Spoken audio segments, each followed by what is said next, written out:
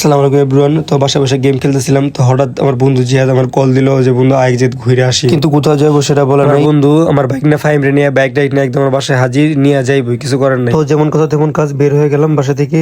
তো বাইক ছিল দুইটা মোট, আর আমরা ছিলাম 5 জন। আমার সাথে একটু দুর্নীতি হয়েছে, তো আমি লেট করে আছি, এই জন্য আমাকে মাঝখানে বসাইছে। এটা ঠিক করে না বন্ধু, তো সমস্যা নেই, আমার সময় আসবে একদিন ইনশাল্লাহ। বলতে বলতে আশা করছি আমাদের ভৈরব ব্রিজের নিচে। তো রবিবারে সাপ্তাহিক বন্ধ থাকে ভৈরব, এই জন্য প্রতি রবিবারে এখানে মেলা বসে। আসার সাথে সাথে আমার বন্ধুর পাগলামি শুরু হয়ে যায়। তো দেখেন আমার বন্ধু কি পাগলামি করে। তুমি শেষ, সারা রাত জায়গা মোবাইল চালাও আর দিন করে ঘুম পারো, তোমার ভিতরে কি থাকবো? তুমি শেষ।